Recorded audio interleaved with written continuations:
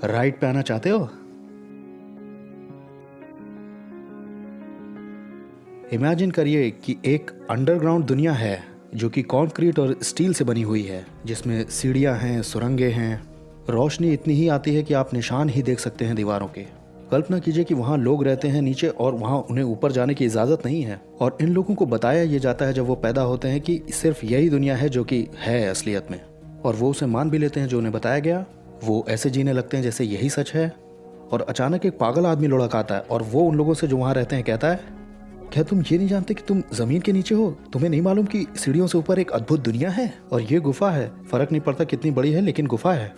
लेकिन लोग उस पर हंसने लगते हैं और कहते हैं, हम तो अपनी वाली को ही बढ़िया समझते हैं, तुम्हारी दूसरी वाली में घूमने से तो अपनी ईश्वर वाली दुनिया में वापस चला जा पागल, यहाँ के बुद्धिजीवी तो हम हैं। और ऐसे वो उस ऊपर वाली दुनिया का इनकार कर देते हैं। आइए नीचे वाली में चलते हैं, थोड़ा गहरे में।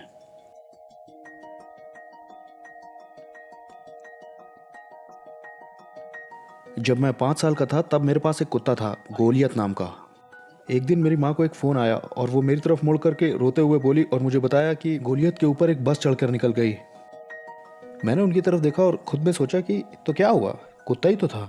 लेकिन मेरी माँ उदास हो गई थी, मैं समझ नहीं पाया कि क्यों। फिर जल्दी मैंने ये ध्यान दिया कि दूसरे लोग भी किसी के मरने पर उदास होते हैं, और ये मेरे लिए बड़ा अजीब था, जैसे कि इससे सच बदलेगा कि वो मर चुका है तो फिर क्यों रोना। और मैंने ये भी ध्यान दिया कि दूसरे लोगों में मेरे जैसी अद्भुत अंतर्दृष्टि नहीं जिससे प्रकृति की समझ हो। मुझे याद है जब मैं 8 साल का था तो मैं नदी के किनारे बैठा हुआ था और मैंने देखा चींटियों को जो बिल्कुल सीधी चल रही थी, और तुरंत ही मुझे ये साफ हो गया कि ये चींटियां ही हैं जो दुनिया पर हुकूमत करती हैं, और किसी तरह से इन्होंने हमें बेवकूफ़ बनाया कि हम इंचार्ज हैं। क्या आपको इसका आइडिया है कि ये कितनी ताकतवर और कितनी बुद्धिमान होंगी अगर ये हमको धोखा दे पा रही हैं, पूरी इंसानों की आबादी को? और कुछ सालों के बाद मुझे ये पता चला कि ये पालतू जानवर हैं जो दुनिया कंट्रोल करते हैं। जब कभी कोई कुत्ता या बिल्ली मेरी आंखों में देखता तो मैं सोचता कि ये तो मुझसे बात कर रहे हैं, साइलेंटली बात करते हैं, जो कि हम इंसानों से कितना ज़्यादा इंटेलिजेंट हैं। तो अपनी जवानी में समय मैं बिताता था ये बोलते हुए उनको, मुझे मालूम है यहाँ क्या हो रहा है, मैं नज़र रखे हूँ। फिर मैं उस तरह की बेवकूफ़ी से भी बाहर आ गया। जब मैं 10वीं में आ गया तो मुझे ये यकीन हो गया कि मैं मौसम को कंट्रोल करता हूँ। मुझे ये नहीं पता था कि मैं कैसे कंट्रोल करता था, लेकिन मैं करता था। और जब बारिश होती मैं सोचता, ओके लेकिन मैंने किया कैसे? वैसे काबिलियत तो मुझमें समय को रोकने की भी थी, लेकिन बस उसका इस्तेमाल मुझे नहीं आता था। उसी समय की गर्मियों में मेरा एक दोस्त एलिमेंट्री स्कूल का मर गया। जिमी हमेशा बात करता था पैरासेलिंग करने के लिए। आखिर में जब उसे मौका मिला तो उसकी हार्नेस टूट गई और वो मौत से मिल लिया। जब मैंने इसके बारे में सुना उसके दरवाजे को खटखटाने के बाद, मेरे रिएक्शन वैसे आए जैसे कुत्ता गोलियत मरा था तब आए थे, जैसे कि तो क्या हुआ।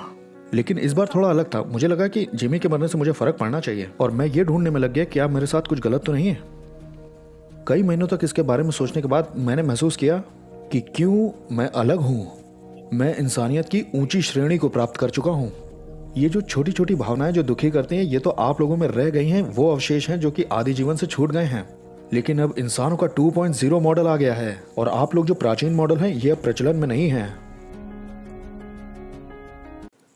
अगले साल मुझे एक लाइफ चेंजिंग एक्सपीरियंस हुआ। बीच रात में पुलिस से बच के भाग रहा था और उन्होंने मुझे 3 तरफ से घेर लिया था, और चौथी तरफ मैहोनिंग रिवर था, उसमें मैं कूद गया और उसे पार कर लिया, और दूसरी तरफ जंगल में जाने के लिए रास्ता ले रहा था। और आखिर में मैं जंगल में थोड़ा उलझ गया तो मैंने पाया अपने आप को किसी के बैकयार्ड में। मेरे सामने एक बहुत ही सुंदर बगीचा था, और तब मैं उस गार्डन में चलने लग गया और मैं रुक गया। मैं सोचने लगा फिलॉसफी में। मैंने सोचा, मुझे कोई परवाह नहीं उनकी जो इस घर में रहते हैं, तो मैं क्यों इतनी मेहनत कर रहा हूँ कि उनकी सब्जियों पर मेरा पैर ना पड़े। इनके लिए मैं क्यों इतना अदब से पेश आ रहा हूँ?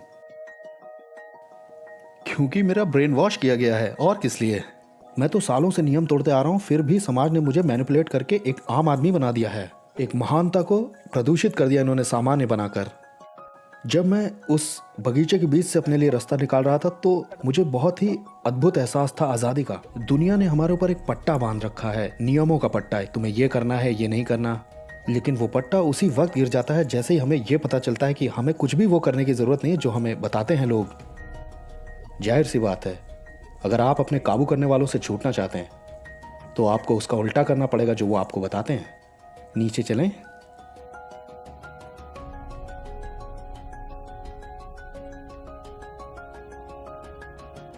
18 का होते हुए मैंने बम बनाना सीखना शुरू कर दिया था। ज़्यादा कुछ नहीं, बस एनार्किस्ट कुकबुक की एक किताब थी मेरे पास। मैंने बस पाइप बॉम्ब बनाना और होममेड ग्रेनेड लॉन्चर जोड़ना सीखा था। भेस बदलने की भी एक किताब ली थी ताकि मैं पहचाना ना जाऊं। लेकिन ये सब मुझे बचपने जैसा लगता था, तो मैंने फैसला किया कि मैं केमिस्ट्री मेजर बनूंगा कॉलेज में ताकि मैं कुछ बढ़िया बना सकूं। लेकिन मेरे प्लान्स जो कि बॉम्बर बनने के थे उन्हें रुकना पड़ा, क्योंकि और भी बहुत सी ज़रूरी चीज़ें हैं दुनिया में। कोई भी मार सकता है अनजान लोगों को बम फोड़ के, आप उन्हें जानते थोड़ी हैं। समाज की कठपुतली के दूसरे हिस्से पर होकर के अगर आप थक गए हैं तो ये मारने का सिलसिला तो नज़दीक घर से शुरू होना चाहिए।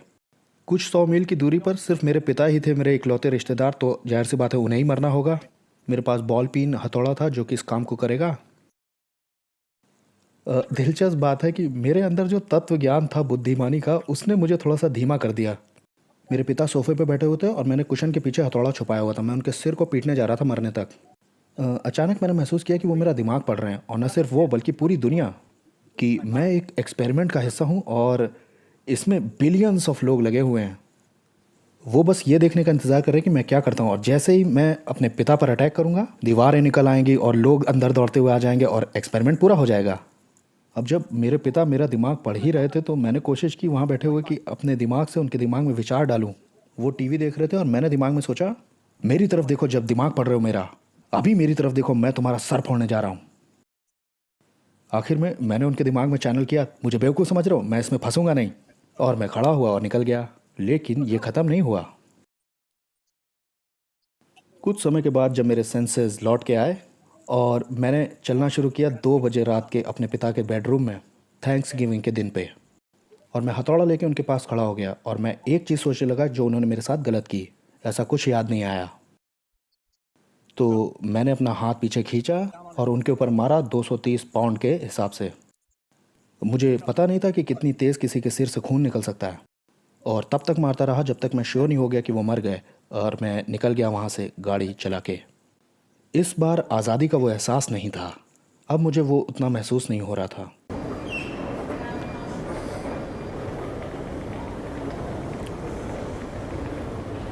क्या मैंने बताया कि मैं नास्तिक था? मुझे ये पता है कि आप में से जो बहुत से एथियस्ट हैं वो बहुत परफेक्ट नॉर्मल लाइफ जी रहे हैं, लेकिन मुझे ये समझ नहीं आया कि क्यों ऐसा है। ये सोचिए ज़रा, हमारा ब्रह्मांड इतना बड़ा है और यहाँ एक छोटा सा तिनका है गैलेक्सी का, और इस घुमावदार गैलेक्सी के कई चक्रों में से एक में गर्म गैस का एक साधारण सा गोला भी है, और इस गर्म गैस के गोले के चारों ओर घूमती हुई एक वाहियात सी कॉस्मिक धूल है जिसे कि हम पृथ्वी कहते हैं। और इस पूरी पृथ्वी पर वो टहलते रहते हैं, वो जो कमज़ोर, खुदगर्ज और खुद को नुकसान पहुंचाने वाली कोशिकाएं हैं, जो कि लगातार यूं भ्रमित रहते हैं कि हम जो करते हैं वो कितना ज़रूरी है। लेकिन ब्रह्मांड को इसकी कोई चिंता नहीं कि आप अपने पड़ोसी से प्यार करते हो या उसको जान से मारने तक टॉर्चर करते हो मज़े के लिए। तो जो थोड़ा बहुत समय तुम्हें मिला है उसमें जो चाहो तुम कर सकते हो। और क्या करेंगे मेरे ये नास्तिक दोस्त जो कि 80 साल या जो उन्हें मिले हैं उसमें? मैं गैस करता हूँ आप कुछ समय के लिए स्कूल जाएंगे और एक जॉब पाएंगे और फिर कुछ दशकों तक काम करेंगे उसमें। हो सकता है साथ साथ परिवार भी बना लें, और फिर रिटायर होंगे और बूढ़े होकर के मरेंगे या किसी बीमारी से। कितना असली ना, फ्री थिंकर्स हो ना। अब चाहे यकीन ना हो, लेकिन कुछ लोग जानवर की तरह जीना नहीं चाहते। कुछ लोग ऐसे हैं जो कि इस पैटर्न को फॉलो नहीं करना चाहते जिस पर पूरी दुनिया बिना दिमाग के चली जा रही है। कुछ ऐसे भी हैं जो सर फोड़ना चाहते हैं दूसरों का, या किसी थिएटर में गोली चलाना चाहते हैं, या अपने स्कूल के हॉलवे में, या फिर छुरा चलाना। और वो ऐसा क्यों ना करें? क्योंकि ये गलत है। किसने बताया? आपकी दादी माँ ने। और या तुम्हें किसी को हर्ट करना नहीं चाहिए क्योंकि लोगों के अंदर भावनाएं होती हैं। यहाँ पे मैं ये सोचता था कि इंसान तो वो मशीनें हैं जिनका डीएनए बढ़ गया है। ज़्यादातर लोग किसी को मारना या हत्या करना नहीं चाहते, लेकिन जो चाहते हैं उनको ये जो सभ्यता हमारी है उनकी प्रबल इच्छा को नुकसान पहुंचा रही है, जो कि जान लेने की है। आज ऐसे जवान लोग खड़े हो रहे हैं जो सिर्फ अपने डीएनए के म्यूज़िक पे डांस करना चाहते हैं। और आप लोग क्या कर सकते हैं? आप लोग बस सिर्फ आशा ही कर सकते हैं कि जब उनका ये म्यूज़िक रिलोड हो रहा हो उससे पहले उनसे कोई बड़ी गलती हो जाए, ये खूनी होली से पहले। मैंने भी अपने खूनी नहाने में एक बड़ी भूल कर दी थी। मैंने कम अंदाज़ा लगाया था कि एक इंसान की खोपड़ी कितना नुकसान झेल सकती है। फूटी हुई खोपड़ी के टुकड़ों को जोड़ा जा सकता है डॉक्टरों के द्वारा। मेरे पिता के दिमाग को क्षति तो पहुंची थी, लेकिन वो उस हमले से बच गए। मैं पहले मेंटल हॉस्पिटल ले जाया गया और फिर बाद में जेल। जेल ऐसी जगह होती है जहां आप पीछे मुड़ के देखते हैं उन चीज़ों को जो कि आपने की थी। बहुत सारा समय होता है वहाँ ये सोचने के लिए कि क्यों मैं पकड़ा गया, ऐसे कौन से कदम अगली बार मैं उठाऊं कि पकड़ा ना जाऊं। अब जब उन कामों के ना होने पर वो जो आप बार बार दोहरा कर करते हैं, जो आपको मानसिक रूप से मदद करते हैं स्थिर रहने में, तो आपको बहुत सारा समय मिलता है कि आप ये ढूंढ सकें कि आपके लिए सबसे ज़रूरी क्या है। और मेरे लिए सबसे ज़रूरी ये था कि मैं उन लोगों का गुलाम ना बनूं जो कि जिनके लिए मेरे पास कुछ नहीं है, बस नफ़रत है। लेकिन लोगों ने मुझ पर अलग अलग तरीके से काबू किया हुआ था मेरी पूरी ज़िंदगी में, जिसका कि ये मतलब निकलता है कि उन्हें एक सबक सिखाने की ज़रूरत। मेरे पास एक पूरी लिस्ट थी जो कि किंडरगार्टन स्कूल तक जाती थी, जिनका कि बेरहमी से कत्ल होना चाहिए था। लेकिन संदेह ये अंदर आ जाता है। मैं अपने आप से पूछता कि इन सब का कोई मतलब बनेगा? जब किसी चीज़ का कोई अर्थ ही नहीं बनता तो क्या फ़र्क पड़ता है कि मैं जो योजनाएं बना रहा हूँ वो उसे पूरा करूँ या मैं कुछ भी ना करूँ। यहाँ सही फैसलों पर कोई जीत का तमगा तो मिलने वाला नहीं है, क्योंकि सही जैसा कुछ होता ही नहीं है। लेकिन जब मैंने ये सोचना शुरू किया कि पट्टा पहन के भी ज़िंदगी का कोई मतलब वैसे ही नहीं था जैसे कि पट्टा पहन के है, तो मेरा दिमाग खराब होना शुरू हो गया। मैं दोनों ही पहलुओं को एक साथ रख के समझ पा रहा था कुछ हद तक, मानसिक रूप से, क्योंकि मुझे कुछ तो करना ही था। लेकिन तब क्या होगा जब उस किए हुए का कोई मतलब ही नहीं बनता, तो दोनों पहलुओं को जांचने का भी कोई मतलब नहीं बनता। तो मैं एक ऐसे कोने पर आ गया जहां से कहीं जाया नहीं जा सकता था, बस कूदा जा सकता था।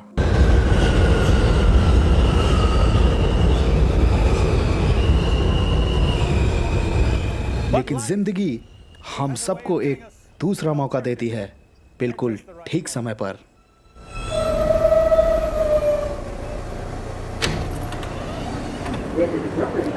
When a man's an empty kettle, he should be on his mettle. Yet I'm torn apart. Clear of the closing doors, please. Just because I'm presuming that I could be kinda human if I only had a heart.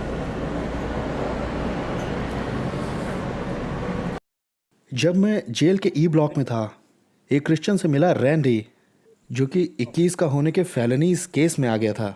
Randy ऐसा लगता था कि किसी दूसरी ही दुनिया का है।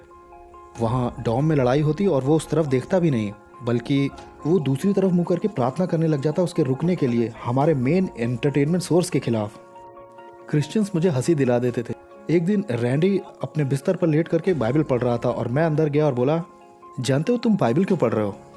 तुम बाइबल इसलिए पढ़ रहे हो क्योंकि तुम यूनाइटेड स्टेट्स में पैदा हुआ। अगर तुम कहीं और पैदा हुए होते तो कुछ और पढ़ रहे होते। अगर तुम चाइना में होते तो तुम बुद्धिस्ट होते। अगर तुम इंडिया में होते तो हिंदू होते। अगर तुम सऊदी अरेबिया में होते तो मुस्लिम होते। क्योंकि तुम्हारे जैसे लोग वही विश्वास करते हैं जो उन्हें विश्वास दिलाया जाता है। तब तक मैंने दूसरे नास्तिकों को भी यही कहते हुए सुना था, लगभग इन्हीं शब्दों को। तो इसको मैंने ऐसे लिया हुआ था कि यही है कॉमन एथियस्ट बिलीफ क्रिश्चियंस के लिए। और है वैसे ये बहुत हंसी दिलाने वाली बात अपने आप में, क्योंकि मैंने ये माना हुआ था कि ब्रह्मांड कहीं शून्य में से फूट के अपने आप निकल आया बिना किसी कारण के, और जीवन अपने आप पनप गया। और ये कि ये सोचना समझना नेचुरल रिएक्शन है दिमाग में होने वाले पार्टिकल्स के टकराव से। और ये जो मॉरल वैल्यूज़ हैं ये समाज के सिखाए हुए सिद्धांत हैं। और ये कि यीशु के चेलों ने एक कहानी बनाई है उसके जी उठने के बारे में, क्योंकि वो चाहते थे कि उसका पैगाम फैले। मैंने ये सब कुछ यकीन किया हुआ था बिना किसी ज़रूरी छानबीन के, बिना किसी सबूतों की जांच पड़ताल किए, जिसका ये मतलब है कि मैंने भी वही माना हुआ था जो कि मुझे बताया गया था। लेकिन मैं उंगली क्रिश्चियंस पर उठा रहा था। क्यों? क्योंकि ये आसान पड़ता है कि दूसरे का मजाक उड़ा दिया जाए, बजाय इसके कि खुद मेहनत करके सारे विश्वासों को मिला के उसके उसूलों को देखा जाए। एक बड़ी ही रोचक बात हुई जब मैं रैंडी का मजाक उड़ा रहा था। उसने पलट कर झगड़ा किया। बहुत सारे मसीही साइलेंट मोड पर चले जाते हैं जब आप उनसे बहस करेंगे, क्योंकि वो सीन क्रिएट करना नहीं चाहते। रैंडी अपने बिस्तर पर उठकर बैठ गया और वो मुझे एम्बैरेस करने लग गया जो बातें मैं उससे कह रहा था उस पर। मुझे बड़ा झटका लगा। मैं नहीं जानता क्या चल रहा है। मैं यहाँ सबसे स्मार्ट, सबसे एडवांस ह्यूमन बीइंग जो दुनिया ने कभी देखा था, और हर रात जब हम बहस कर रहे थे रैंडी मुझे बस स्कूल की याद दिला दे रहा था। वो ना तो कोई मुझसे स्मार्ट था, ना ही उसके पास कोई खास नॉलेज थी या कोई डिग्री थी, ना ही वो कोई साइंटिस्ट था, ना फिलोसोफर था। लेकिन उसकी एक बड़ी तंग करने वाली आदत थी कि वो हर चीज़ पर सवाल पूछ रहा था जो मैं उसे बता रहा था। और जब मैं कोशिश करता जवाब देने की, उसके सवाल उस पे थे जो मैं कह रहा था। और इससे उसे साफ होता जा रहा था और मुझे भी कि मेरे बहुत सारे यकीन जब वो शब्दों में सामने रखे गए तो वो बहुत बेवकूफ़ी भरे सुनाई दे रहे थे। वो चीज़ें जिन पर सवाल नहीं उठाया जाता है बिल्कुल परफेक्ट लगती हैं, लेकिन जब सवाल उन पर उठाया जाता है तो वो बिल्कुल ही नॉनसेंस लगती हैं। मैं बहुत ज़्यादा फ्रस्ट्रेटेड हो गया था उन आर्ग्यूमेंट से जो हमारी हो रही थी, तो मैंने दूसरे तरीके निकाले रैंडी को हराने के लिए। मैंने उन बातों से उसका मजाक उड़ाया जब वो छोटा था तो उसका मोलेस्टेशन हुआ था। मैंने 12 साल की उसकी बहन के लिए भी बहुत कुछ बोल दिया जो कि विजिटिंग रूम में आई थी, जो कि मैं यहाँ नहीं दोहराऊंगा। मैं उससे तब तक भिड़ता रहता जब तक वो अपसेट नहीं हो जाता, और जब वो अपसेट हो जाता तो मैं कहता, देखो जरा अपने आप को, गुस्सा आ रहा है मुझ पे, अपने आप को क्रिश्चियंस कहते हो तुम। काफ़ी अजीब लगेगा लेकिन रैंडी और मैं दोस्त बन गए और हम सारी रात बैठ कर के पत्ते खेलने लगे और टॉयलेट पेपर के रोल को ऐसे फुटबॉल की तरह खेलते और बाइबल पर भी बहुत सारी बहस करते थे।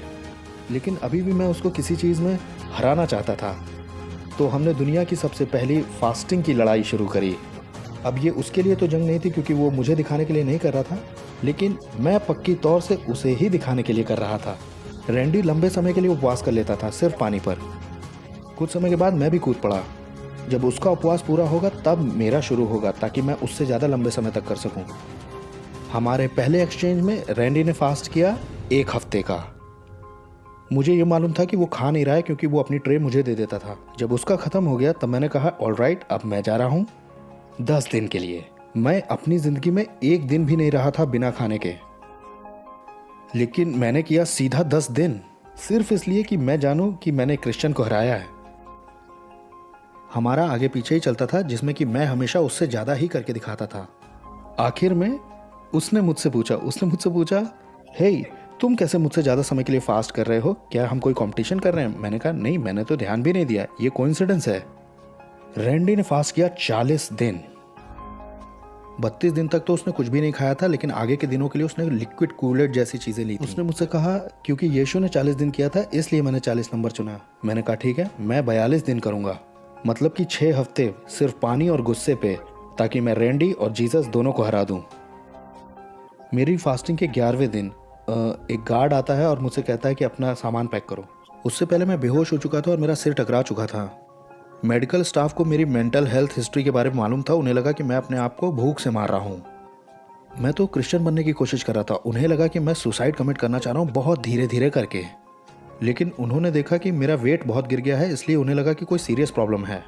ब्लड प्रेशर मॉनिटर जो कि नर्स ने मेरी उंगली में लगाया था वो बता रहा था कि मैं मर चुका हूँ। इसलिए मैंने फिलॉसफी साइंस की किताबें और एपोलोजेटिक्स की किताबें जो कि रैंडी ने दी थी वो पैक की और मैं अपने नए घर में आ गया, एक कैमरे वाले कमरे में जहां पर मुझ पर नजर रखी जाए रात और दिन। सपने में जीते जीते मैंने 80 पाउंड कम कर दिए थे फास्टिंग से। मेरे सारे शरीर पर भयानक रैशेज हो गए थे, जैसे कि पॉइजन आइवी से, बिच्छू पौधों से होते हैं। इन्हें शिंगल्स कहते हैं। ये विटामिन की कमी से होते हैं।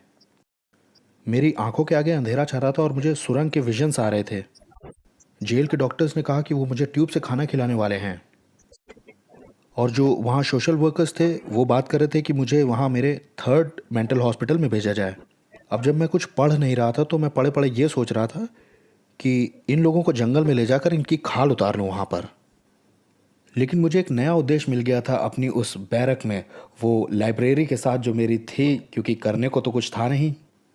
अब मेरे पास एक सही मौका था कि मैं तैयारी कर सकूं रैंडी के साथ अपने उस महान वाद विवाद की, जिसमें कि मैं बाइबल की पढ़ाई करूंगा और नई बहस को तैयार करूंगा और फिर ई ब्लॉक में वापस जाकर अपने दोस्त रैंडी के विश्वास को तोड़ूंगा। मैंने वहाँ के चैपलिन से भी कहा कि मुझे बाइबल स्टडी दें और उन्होंने मुझे यूहन्ना के सुसमाचार से कई बार सिखाया, वो भी ग्रेडेड असाइनमेंट्स के साथ।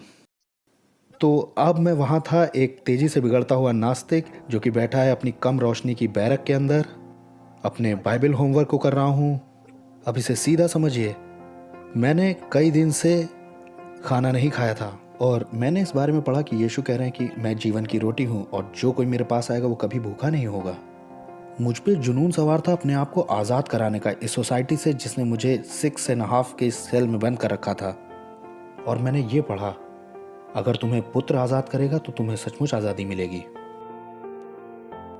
मैं ये सोच रहा था कि कब तक मेरी बॉडी ये झेल पाएगी जो मैं उसके साथ कर रहा हूँ, कब मेरा दिल बंद होगा। और मैंने पढ़ा, पुनरुत्थान और जीवन मैं ही हूँ, जो मुझ पर यकीन करता है वो मर भी जाए तो भी जिंदा रहेगा। थोड़ा डरावना है जब कोई किताब बात करने लगे। खैर मुझे क्या पता, मैं तो समझता था कि बिल्लियां भी बात करती हैं। अपनी पीठ के बल लेटे हुए रोज़ दर रोज़ मैं पीछे मुड़ करके देखता था अपनी ज़िंदगी की थियोलॉजी को, फिलॉसफी को। 3 बातों ने मेरे पूरे बिलीफ सिस्टम को हिलाना शुरू कर दिया। पहला जो कि डिज़ाइन आर्गुमेंट था वो फाइनली मुझे समझ आया। मैं एक दीवार को देख रहा था कि कैसे ईंटों को लगाया गया है, और मैंने अपने आप में सोचा, तुम्हें मालूम है, अगर मुझसे किसी ने यह कहा होता कि ये ईंटें किसी प्रक्रिया से गुजर के ऐसे ही अपने आप लग गए और इसमें इंटेलिजेंस शामिल नहीं है, तो मैंने उसके मुंह पे मारा होता। और फिर भी लाइफ अपने आप पनप गई। मैंने ये यकीन किया बिना किसी इंटेलिजेंस के, जबकि किसी बेसिक लिविंग सेल का डिज़ाइन किसी दीवार में लगाई गई ईंटों से ज़्यादा कॉम्प्लिकेटेड होता है, जितना कि आप कल्पना भी नहीं कर सकते। क्यों मैंने ब्लाइंडली एक्सेप्ट किया हुआ है इस हैरत अंगेज करने वाले दावे को कि लाइफ खुद ब खुद पनप गई नॉन लाइफ से, वो भी बिना किसी अच्छे ठोस प्रमाण को मांगे बिना। दूसरी बात, जब मैंने ये पाया कि कैसे यीशु के प्रेरित मरे थे, जिसमें से ज़्यादातर बड़ी खूनी मौत मरे थे, ये दावा करते हुए कि हमने उसे मुर्दों में से जिंदा देखा है। मेरा एक्सप्लेनेशन हमेशा ये होता था क्रिश्चियनिटी की शुरुआत कैसे हुई। प्रेरितों ने एक कहानी बनाई है ताकि वो उसके मैसेज को फैला सकें, लेकिन मेरे इस एक्सप्लेनेशन का कोई अब सेंस नहीं बन रहा था। अगर आप किसी चीज़ के लिए जान दे रहे हो तो आप यकीन करते हो उस पर। अगर एक उग्रवादी अपने आप को फोड़ लेता है तो वो उस पर जाहिर सी बात है सिंसियर है। तो चेलों को, प्रेरितों को उस बात पर विश्वास करना ही होगा जिसके लिए वो जान दे रहे हैं। मतलब ये हुआ कि उन्हें सचमुच पक्का यकीन था कि उन्होंने यीशु को मुर्दों में से जिंदा देखा है। अब ज़्यादातर होता यह है कि अगर कोई किसी चीज़ के लिए जान दे रहा है, किसी आइडियोलॉजी के लिए जो उन्होंने किसी और से पाई है, जो आइडियोलॉजी झूठी या सच्ची कुछ भी हो सकती है, चेले कुछ ऐसी चीज़ के लिए मर रहे थे जो उन्होंने सचमुच देखी थी। ऐसी कौन सी बात हो सकती थी जिसने इतने सारे अलग लोगों को निश्चय करा दिया कि एक मरे हुए आदमी को उन्होंने जिंदा देखा है। मैं एक आदमी के लिए तो इसे समझा सकता हूँ ये बोल के कि ये पागल होगा, लेकिन वो सारे ही? वहाँ कुछ तो चल रहा था जो कि मुझे ढूंढ निकालना था, क्योंकि मैं एक ऐसा जवाब तैयार करना चाह रहा था कि उनके पास एक कॉन्फिडेंस का लेवल क्यों है, इसके अलावा कि उन्होंने सचमुच उसे देखा था। और तीसरा ये कि मुझे इस चीज़ की चिंता हो गई थी कि यीशु मुझसे सचमुच में बढ़िया हैं। अब अगर आप कंप्लीट मॉरल रिलेटिविस्ट नहीं हैं या कोई नए नए नास्तिक नहीं हैं, तो आपके लिए जाहिर सी बात है ऐसा हो सकता है कि यीशु मुझसे अच्छे हैं, लेकिन मैं उस वक्त मॉरल इश्यूज़ पर ज़्यादा ध्यान भी नहीं देता था।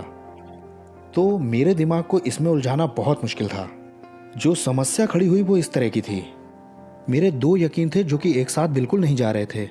एक तरफ तो मैं ये सोचता था कि इंसान कुछ नहीं है, बस कोशिकाओं का गुच्छा है, लंप ऑफ सेल है, मीनिंगलेस, जो हम करते हैं वो सब पॉइंटलेस है। और दूसरी तरफ मैं ही ये सोच रहा था कि मैं दुनिया का सबसे इंपॉर्टेंट आदमी हूं। ऐसा कैसे हो सकता है कि मैं सबसे बेस्ट, मोस्ट इंपॉर्टेंट बेकार कोशिकाओं का गुच्छा हूं? अगर वाकई कोई ऐसे शब्द हैं कि दुनिया का सबसे बढ़िया इंसान, तो उसके लिए ज़रूरत पड़ेगी किसी ऐसी चीज़ की, जैसे कोई स्टैंडर्ड या कोई अच्छी चीज़, तब ज़रूरत पड़ेगी किसी ईश्वर की या किसी यीशु की जो हमसे बढ़िया निकलेंगे। तो जो मेरे बिलीव्स थे वो सब बिल्कुल फाउंडेशनल लेवल से ही गिरना शुरू हो गए, और एक बार जब नींव ही गिरने लग जाए तो सब कुछ नीचे आ जाता है। मैं इस जगह से इस जगह तक आ गया था कि मैं दुनिया का सबसे अच्छा आदमी हूँ से दुनिया का सबसे खराब आदमी हूँ तक, उस क्लियर होने वाले घटनाक्रम में। ये एकदम से ही मुझे समझ में आ गया, ये सोचते हुए कि मैं एक ऐसा आदमी हूँ कि मैंने अपने एक दोस्त का गला ऐसे दबाया था कि उसके मुंह से खून की उल्टी हो गई थी। मैंने उसे फावड़े से मारा था क्योंकि वो मुझसे सहमत नहीं हो रहा था। मुझे याद भी नहीं कि वो लड़ाई क्यों हुई थी। मैं देखा करता था जब मेरी माँ का बॉयफ्रेंड उसे मारता था, और मैं उसे बचाने के लिए एक उंगली भी नहीं हिलाता था। इसलिए नहीं कि मैं डर जाता था, मैं 200 पाउंड का था, मेरे पास गन थी, मैं जब चाहता रोक सकता, लेकिन मुझे फ़र्क नहीं पड़ता था। और मुझे इस बात पर घमंड भी था कि मुझे फ़र्क नहीं पड़ता है किसी चीज़ से। मैंने अपने परिवार के बारे में भी सोचा कि मैं उनके साथ क्या कर रहा हूँ, मैं अपने साथ क्या कर रहा हूँ। वो मेरे लिए हर रोज़ खाना लेकर के आते हैं और मैं भूख से मर रहा हूँ क्योंकि मैं नहीं खा रहा हूँ। यहाँ दूसरे लोग भी हैं भूखे दुनिया में, लेकिन कम से कम वो सीधा सोचते हैं, और मैं यहाँ बैठ करके दूसरों को टॉर्चर करने के बारे में सोचता हूँ। मेरी खाल पीली पड़ चुकी थी, मैं खुजलाते खुजलाते लहूलुहान हो गया था। अब मैं कैसे सोच सकता हूँ कि मैं बेस्ट हूँ किसी से? जब मैं इस परिस्थिति के बारे में सोच रहा था, मैंने ऐसा सोचा कि मैं अभी बस धीरे धीरे करके ज़मीन पर बहुत बुरी चोट खाने वाला हूँ गिर के। और जब ये मैंने सोचा, मैंने तुलना करके देखी जब मैं एक हॉस्पिटल में रुका था लगभग 1.5 साल पहले। मेरी लड़ाई हुई थी 7 लोगों से, और मैं ये नहीं कह रहा हूँ कि बड़ी टफ थी, वो जीत गए थे, वो इसमें जीत गए थे। मैं एक से लड़ा था, उसने मुझे गन से मारा, मैंने इन गनों से मारा। फिर उसके 6 दोस्त और चढ़ाए और उन्होंने मुझे ज़मीन पर गिरा कर के मेरे सिर के साथ फुटबॉल खेलना शुरू कर दिया। लेकिन मैं उसकी तुलना अपनी आज की इस सिचुएशन से कर रहा था। मैं सोच रहा था मैं अगले दिन ही ठीक था, मेरे गले में थोड़े स्क्रैच थे, मैं बस थोड़ा झूमते हुए चल रहा था, मेरे हाथ पे स्लिंग बंधा हुआ था, लेकिन मैं ठीक था। 7 लोगों के साथ लड़ाई वो बिल्कुल मजाक लग रही थी उस परिस्थिति के सामने जिसमें मैं आज था वहाँ सेल में। मुझे ऐसा लग रहा था जैसे मैं ज़मीन पर गिर गया हूँ, और जैसे मैंने सोचा कि मैं बस ज़मीन पर गिर गया हूँ, मुझे एक और फ्लैशबैक याद आया। एक रात जब मैं अपने दोस्त के घर से बाहर निकला तो एक तूफान आ गया और बारिश इतनी तेज़ थी कि दिख भी नहीं रहा था, और बिजलियां कड़क रही थी, गिर रही थी चारों तरफ उस जगह। और मैंने ऊपर देखा और बहुत मजाक उड़ा के कहा, ओह तो इससे मैं डर जाऊंगा? अगर चाहते हो मैं तुम्हारा यकीन करूं तो नीचे आके यहाँ दिलाओ, अच्छा रहेगा। मैं सीरियस नहीं था, लेकिन जिस सिचुएशन में मैं था मैंने वहाँ सोचा कि कहीं परमेश्वर ने तो नहीं सीरियसली ले लिया। नॉर्मल समय में मैं ऐसे किसी ऑप्शन के बारे में नहीं सोचता। अब क्योंकि मेरा सारा दृष्टिकोण ही टूटता जा रहा था, मैं ऐसी स्थिति में नहीं था कि मैं ऐसे विकल्प को छोड़ूं। लेकिन एक समस्या थी। अगर सचमुच में कोई परमेश्वर इन सब में इन्वॉल्व है और ये सही गलत भी सिर्फ उपयोगी कल्पनाएं भर नहीं हैं, तब तो मुझे हर तरह की समस्या होने वाली है। इसलिए नहीं कि मैंने वो सब किया था, बल्कि मैं जो आज था इस वजह से। अब कैसे एक दुनिया का सबसे खराब आदमी सही चीज कर सकेगा? अब ऐसा कोई जादू का बटन तो होता नहीं है जिसे मैं उठा दूं उनको, ओह अब मैं दूसरों की चिंता करने लगा हूं, तो अब मैं कैसे वो काम करूंगा जो कि सही कहलाता है? और तब ये मुझे समझ में आ गया, क्योंकि इसकी अब 2 ही संभावनाएं हो सकती, या तो मैं बेरहम, खुदगर्ज और दूसरों की चिंता नहीं करने वाला हूँ, और या जैसा ये सब है वैसा ही, और या तो कोई दूसरा ऐसा व्यक्ति मिले जो मेरे जैसे की मदद कर सके। अब या तो मैं यूं ही बिगड़ा रहूं और इसी के साथ जीता रहूं, और या तो कोई ऐसा हो जो कि इन सब चीज़ों से निपट सके। जब हम इस तरह से सोचना शुरू करते हैं तो मैं कहूँगा कि आप 2 इंच दूर होते हैं क्रिश्चियन बनने से, क्योंकि जब हम खुद से पूछते हैं कौन इनमें से कर पाएगा, किसके पास इतनी योग्यता है कि मानसिक तौर पर, आत्मिक तौर पर और नैतिक तौर पर टूटे हुए लोगों को ले और उन्हें एकदम नई जिंदगी दे दे, हमारे पास एक ही आदमी की लिस्ट है। लिस्ट में एक ही आदमी है, उस लिस्ट में सिर्फ एक ही आदमी निकलेगा। यही है जिसने कहा, मैं हूं दरवाज़ा, अगर कोई मेरे द्वारा अंदर आएगा तो वो उद्धार पाएगा, और अंदर बाहर आया जाया करेगा, उसे चारा मिलेगा। चोर आता है चोरी करने, घात करने और नाश करने, और मैं इसलिए आया कि उन्हें जिंदगी मिले और भरी पूरी जिंदगी मिले। मुझे ये नहीं मालूम था कि यीशु वही है जो उन्होंने दावा किया है या नहीं, लेकिन मुझे ये पता था कि अब या तो यीशु है और या तो कुछ नहीं है, या तो जीसस या नथिंग। अगर किसी के ऊपर परमेश्वर की मंजूरी की मोहर है तो वो वही शख्स है जो मुर्दों से जी उठा है। इतिहास भरा पड़ा है डेड ऑप्शंस से, यीशु ही है आखिरी जिंदा ऑप्शन।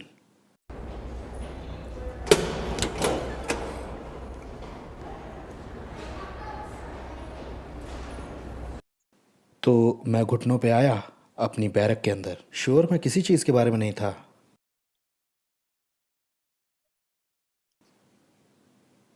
और मैंने प्रार्थना की।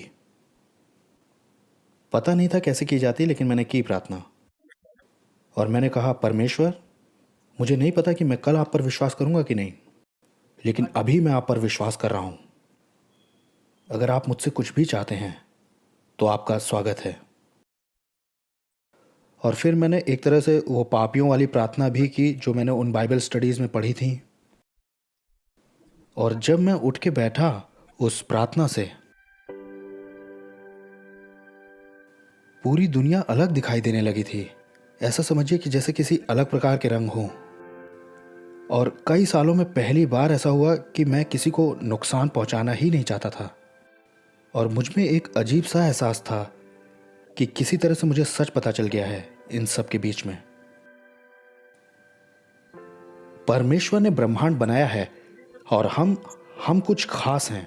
हम परमेश्वर की इमेज में बनाए गए हैं, लेकिन हम परमेश्वर का इनकार करते हैं, और परमेश्वर के इनकार करने में हम परमेश्वर की इमेज को तोड़ते हैं, मरोड़ते हैं, उसकी उस समानता को जो हम में है। सालों तक मैं कोशिश करता रहा कि मुझे वो आज़ादी मिल जाए, एक तरह की एक आज़ादी उस बाहर की पकड़ से। वैसे वो आज़ादी झूठी है, क्योंकि हम बस उसका इस्तेमाल अपने आप को बर्बाद करने और नीचा करने में ही करेंगे। कलंकित करेंगे परमेश्वर की उस समानता को, ताकि हमें ये याद न रहे कि हम क्या हैं और हमारी जिम्मेदारियां क्या बनती हैं। असली आज़ादी इस चीज़ में मिलती है कि हमारे अंदर ऐसी इच्छा ही ना हो कि हम अपने क्रिएटर के विरोध में जाएं। ये होती है असली आज़ादी।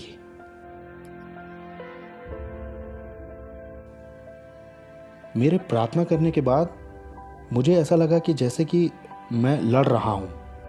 नहीं, असलियत में नहीं, मेरा मतलब है कि मैं फिजिकली चिंता में लड़ रहा था अपनी पूरी ज़िंदगी से। और फिर आखिर में मुझे ये मौका मिला कि मैं बैठूं और रेस्ट करूं। वो रेस्ट कभी गया ही नहीं।